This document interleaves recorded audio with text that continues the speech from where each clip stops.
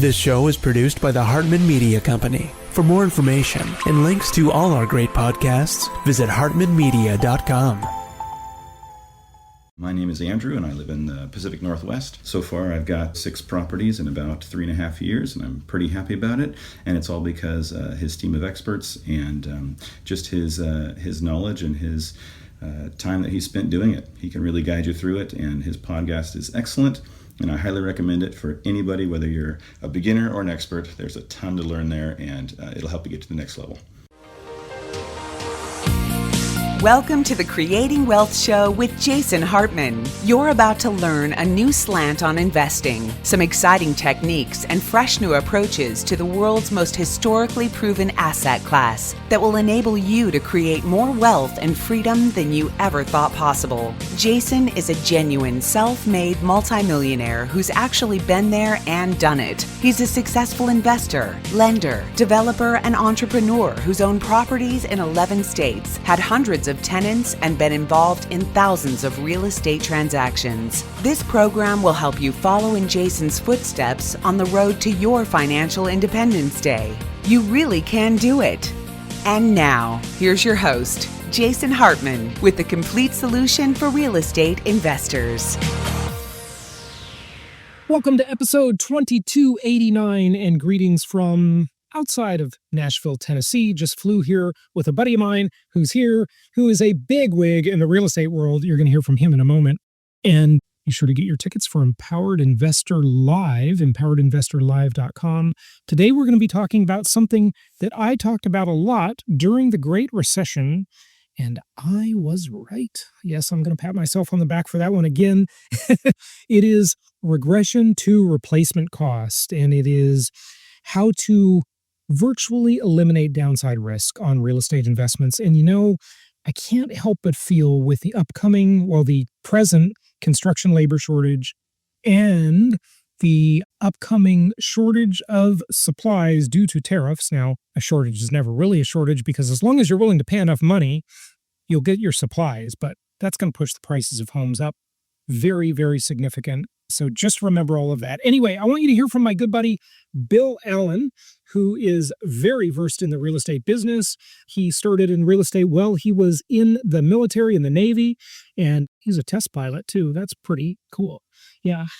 So, hey, just for a moment here, Bill, tell us what your current thoughts are on the market and what opportunities you see out there. So for me, I always look at the inefficiencies in the market. I'm sure you talk about that a lot. Like, what are some things that we could do to have a competitive advantage? Yeah. And so for me, my business is primarily single family fix and flip and wholesale.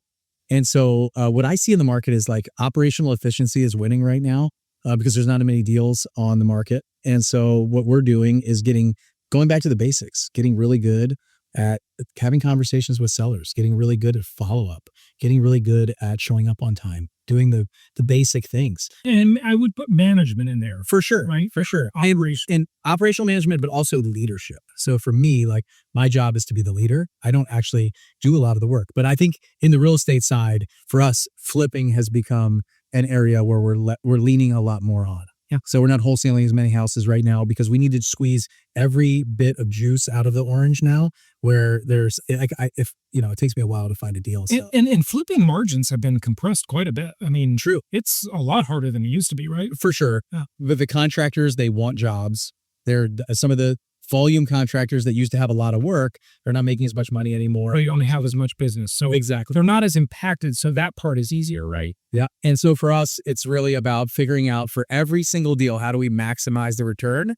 Because we don't have as much volume as we've had in the past. And so I'm trying to find the inefficiency. Another thing, like looking forward to hopefully some rate reductions here this year to really start buying inventory. Like we are buyers right now. I want to buy inventory. And you said to me, we did a little fun interview on your plane on the way over as you were flying and I was your co-pilot. You were talking about how you're a buyer in every market. Tell us about that. Yeah. If you stop buying, so a lot of people stopped buying during 2020, during COVID, they just stopped buying for 3 or 4 months. Boy, did they ever miss out. For sure. Yeah. And I was telling people throughout that time, you got to keep buying houses. Like I buy 2 or 3 big apartments a year. And last year we bought 2 big apartment buildings. We just are closing on another apartment building in 2 weeks. Now, most people would say the apartment market totally oversaturated. It's a really dangerous, risky time to be buying apartments. Now, I think we're kind of bouncing around the bottom of that market, but a year ago, people would have said you're nuts. Oh, yeah. And 2 years ago, or last year, we bought 2 really big apartments. We bought about 600 units last year, about $45 million of apartments, when people are saying, oh, just wait. Like, keep your money on the sidelines, keep your dry powder, just wait. I'm not waiting to buy. I'm buying now, and I'm going to buy next year, and I'm going to buy next year. But we just changed our strategy a little bit. I don't want any bridge debt. I've got 5-year commercial debt with a 30-year AM, fixed rate right now, 6.89%. So that's a good buy. And if I could find something that still fits in my profile, I'm going to buy it. But a lot of people would sit there on the sidelines and say, I'm just going to wait till rates drop to 5% again, or, whatever, right? And they try to time the market.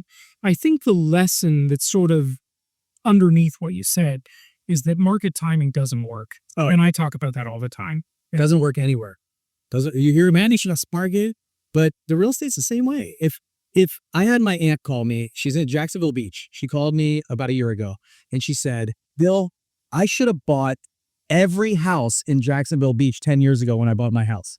And I said, you know what? In 10 years, you're going to call me and say, I should have bought every house today. And so just go buy as much as you can. So I'm always a buyer. I'm a buyer in every market. I always want a discount. I just always want to look for my competitive advantage. So find yours and be a buyer. Good point. Good point. What is your thought about where the market's going the rest of the year? A lot of question marks right now. Yeah. I think that's a fair statement with tariffs and the labor shortages for construction and so forth. Just give us your thoughts real quick. I think there's a housing shortage. I think that's obvious. Everybody knows that. And there's people that are in the market that want to buy. They just might not. The affordability is the problem right now, and there's not a lot of inventory. So where do I think it's going to? I don't have a crystal ball. You're definitely a better market predictor than me. And I'm also in a short-term game. So what I look at is how do I get the discount today, and how do I get in and out as quickly as possible to each project?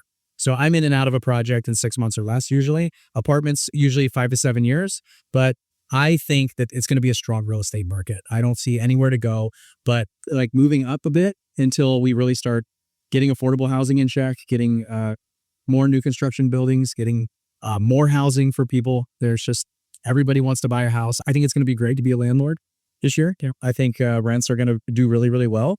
People need a place to live. So if you can find a good, affordable, clean place to live for people, your places will be full all the time. Yeah, I think you're very right. The experts say the housing shortage is going to last for 7 more years before we can really cure the housing shortage in this country. So what other asset has those kinds of opportunities where you've got this built-in shortage? It's very inelastic. It's hard to create new housing. A lot of good things there. Want to give it a website or social media link? sevenfigureflipping.com. That's my company. And all my social media handles are at Bill Allen, REI. That's Bill Allen, and let's get to our show today where we talk about regression to replacement cost and how to eliminate downside risk on a real estate investment. Be sure you got your tickets for Empowered Investor Live. We'll see you real soon. empoweredinvestorlive.com in Irvine, California. We look forward to seeing you there. And here is our talk on regression to replacement cost. When we're investing, as you know, my very unique risk evaluator model relies fairly extensively on construction cost and land cost as a way to determine how to minimize risk when investing in real estate. And it took me 19 years to discover that. And so far as I know, it is completely original thought. And my insurance broker at the time helped me discover that on one of my first nationwide property purchases. Before that, I had pretty much been confined to investing in California, and I did not realize there was a whole new, wonderful, beautiful world of investing out there and great opportunities. And I didn't have to rely on this speculative roller coaster of the California cycle to invest in properties. And it's been a great ride since then. So what I want to talk to you about today is different construction cost. And this was inspired by an article that just came out, and this is the NAHB, the National Association of Home Builders. And they, of course, discuss economics and housing policy. And they did an article And it is about construction cost per square foot, what it costs to build properties in these various areas. And they look at contract price per square foot of new contractor-built single-family houses started in 2013. And this is very, very enlightening. And before I've talked about what I call, and this is one of my little trademark terms, trying to add to the language here of real estate investing, and it is called regression to replacement cost. Regression to replacement cost. And this example that I give you, actually two examples, has a lot to do with it.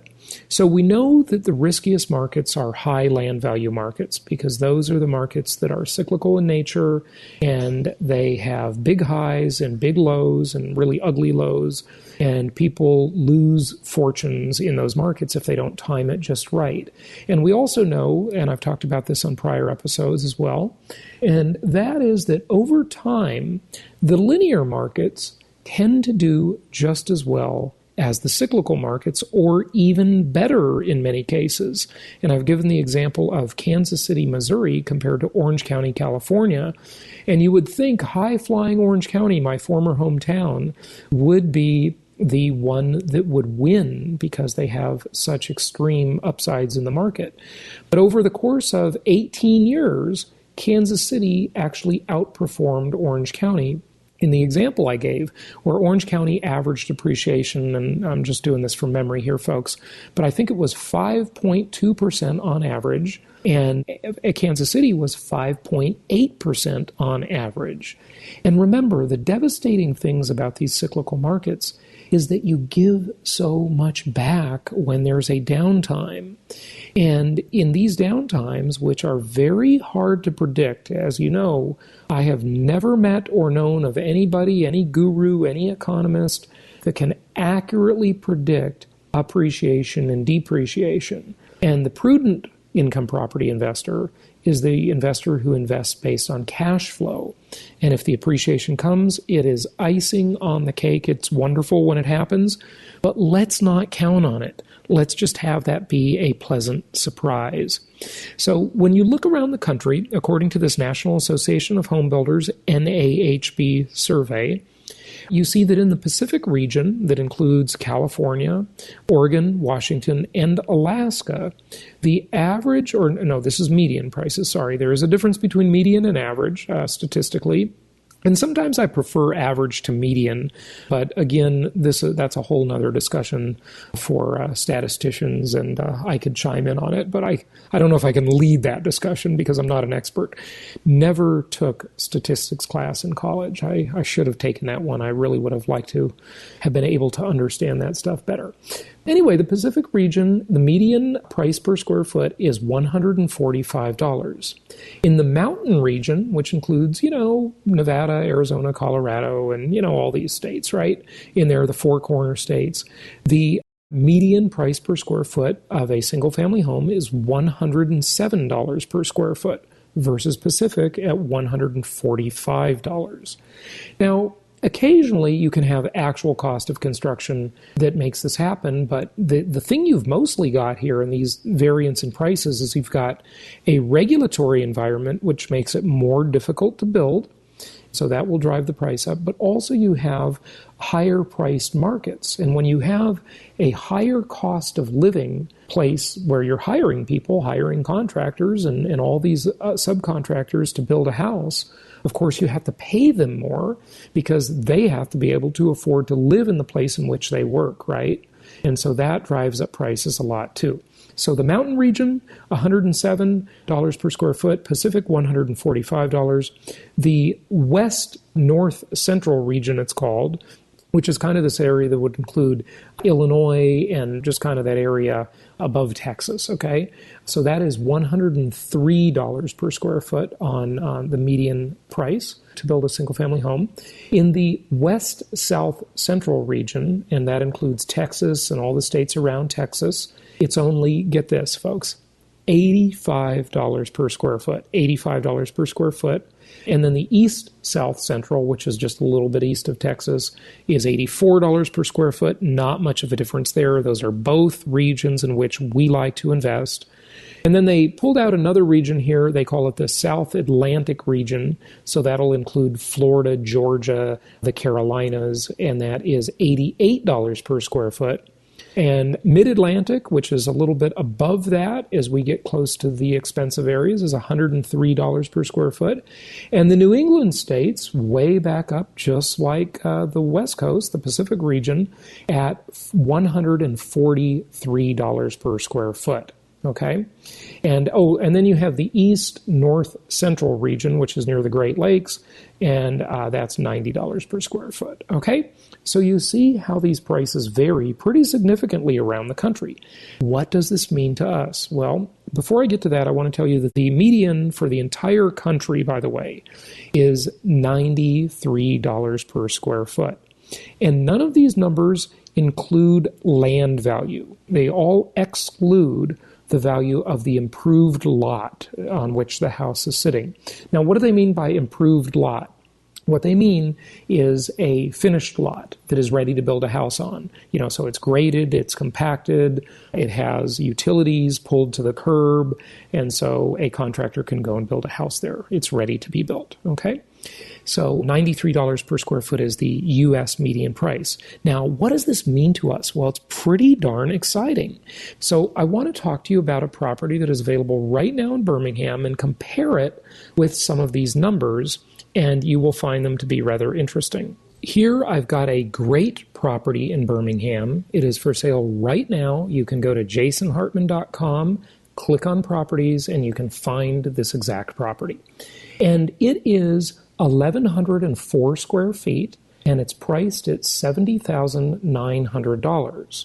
So that comes out to $64 per square foot that you see right on the Pro Forma. And now let's take the land value out of it. So I am going to just take a very rough guess here, not knowing what the land value is. And there are three ways that you would basically know the land value.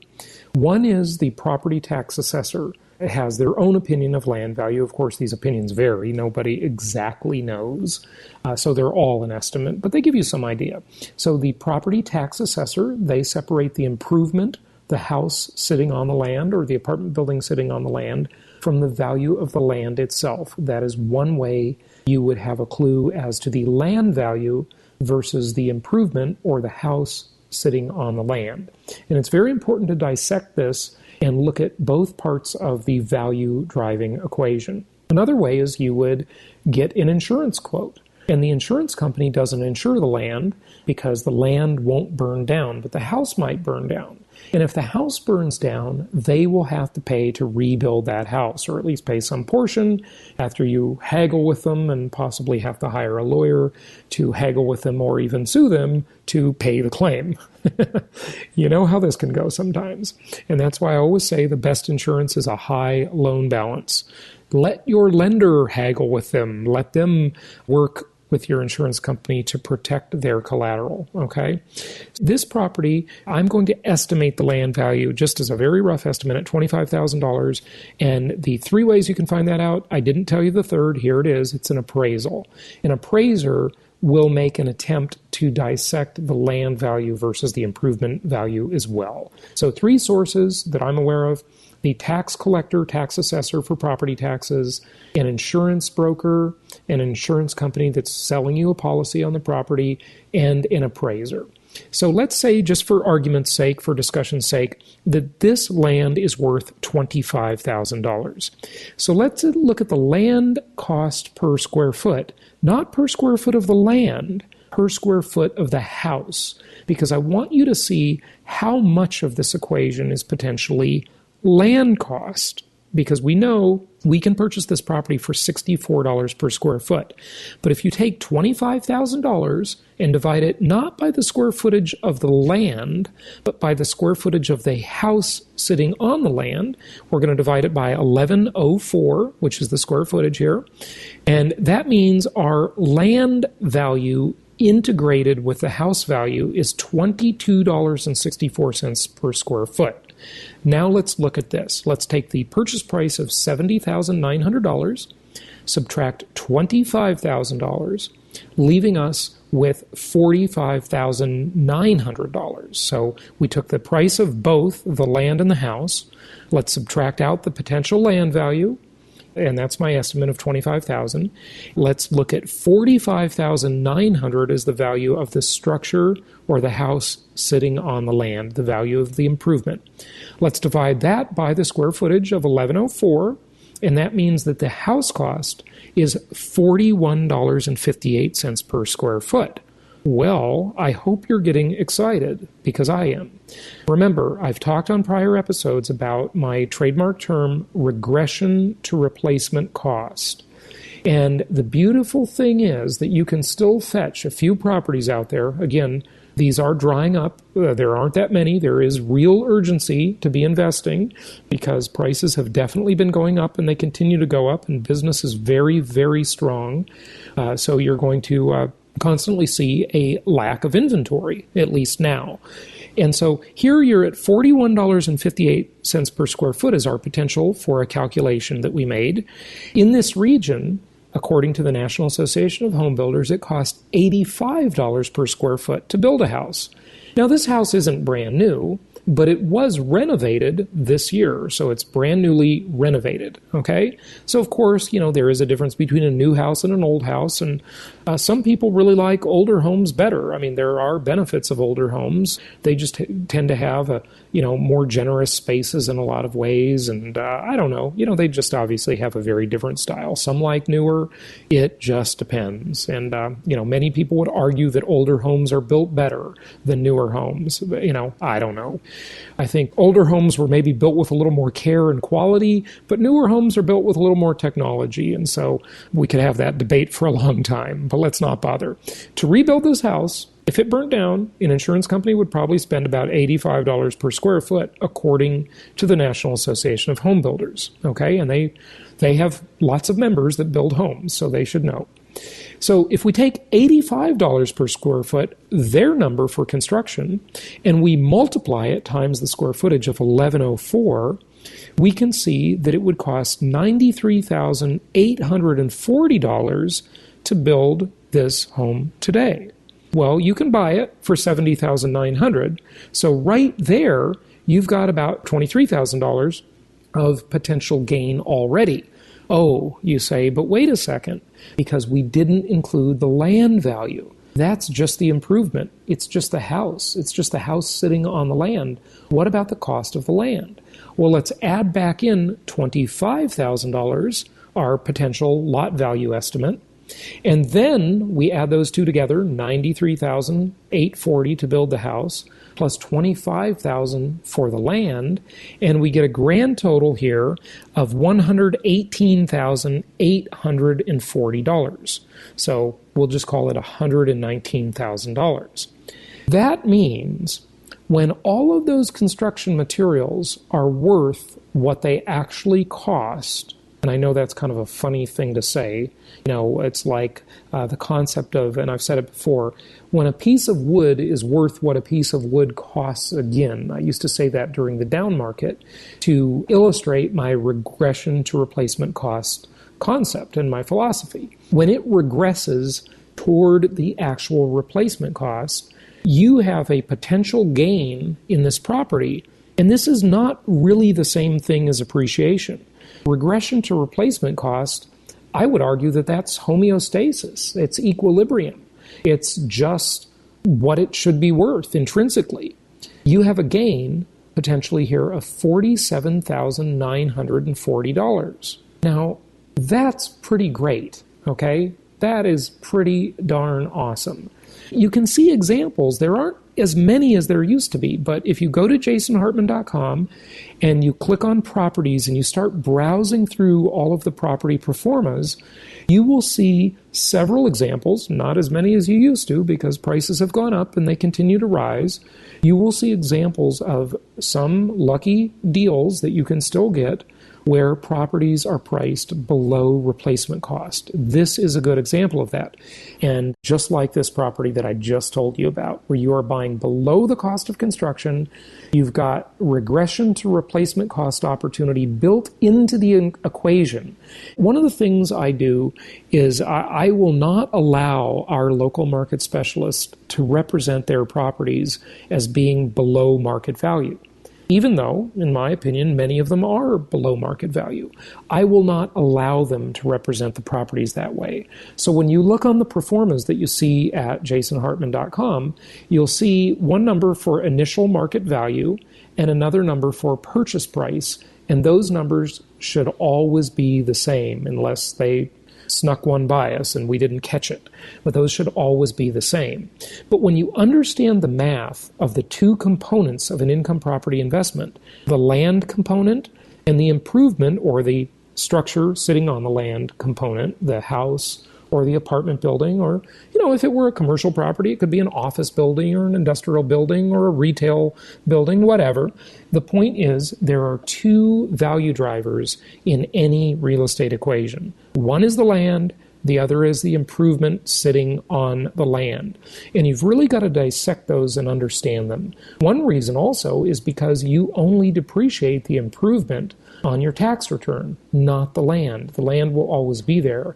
So the IRS does not allow you to have this awesome depreciation opportunity. And I should mention, for those of you who are the gamblers and the speculators out there who like to invest in expensive markets, I'll call them overpriced markets, whether they be California, the New England states, as we just saw, or whatever, if they're Miami, these expensive markets. Remember, you don't get nearly as much tax benefit in those markets because your land cost is so high and your improvement cost is so low as a ratio to land cost, and you only get to depreciate the improvement cost. The example I give when I talk about the risk evaluator and how to really, really reduce risk, if you want to hear more about this, just go to jasonhartman.com and there's a little search bar on the website. Just go ahead and search the Hartman Risk Evaluator, okay? And you'll find prior podcasts where I've talked about that extensively and some blog posts and so forth that explain it. And, you really increase your risk when you invest in high land value markets, but you also massively decrease your tax benefits and, of course, your cash flow. And, of course, we are prudent cash flow investors. We're not the gamblers. We're not the speculators. We're on the conservative side. So in this property that I've been talking about with you, I'll just tell you a few more things about it before we get to our guest. The projected return on investment overall on this property is 38% annually. 38% annually. Cash on cash return projection, 15%, and cap rate or capitalization rate of 9.7%. And get this, your debt coverage ratio with 25% down is 2. That means your property could go badly half the time and you'll still cover your debt service on this property because you've got a debt coverage ratio of 2.00. A lot of our properties, they have debt coverage ratios of 1.4, 1.6, 1.8, something like that. I've actually been looking for one for you that is a 2, and this is a 2. So what a champ. I mean, this property has a projected cash flow of a little over $3,400 annually. So, and that's with your maintenance, your property management, your vacancy, all imputed into that equation. So make sure you really know how to analyze these deals, folks. And another thing I just want to recommend is the podcast and the YouTube video that shows the visual, and you can follow along on how to read a property pro forma. Just look for that, and it is a fantastic tool. It will make you a better investor, and it's just a great lesson on how to read that. But it doesn't talk really much at all about this land to improvement value equation that I just shared with you. So this is for advanced investors who really are thinking about all the multidimensional aspects of their income property investments. And I know that's you because you listen to the show and you want to know more and you want to be a more prudent, more sophisticated investor. So thank you for doing that, and thank you for doing your homework and really studying this stuff. And please do, if you like the show or or even if you hate the show. We had a few reviews come in last week, and I really appreciate that. I know I never ask, but it really helps us get the word out there about the show. So write a review. You can do it in just 3 minutes or less. Thank you so much for listening. Please be sure to subscribe so that you don't miss any episodes. Be sure to check out the show's specific website and our general website, hartmanmedia.com, for appropriate disclaimers and terms of service. Remember that guest opinions are their own, and if you require specific legal or tax advice or advice in any other specialized area, please consult an appropriate professional. And we also very much appreciate you reviewing the show. Please go to iTunes or Stitcher Radio or whatever platform you're using and write a review for the show. We would very much appreciate that. And be sure to make it official and subscribe so you do not miss any episodes. We look forward to seeing you on the next episode.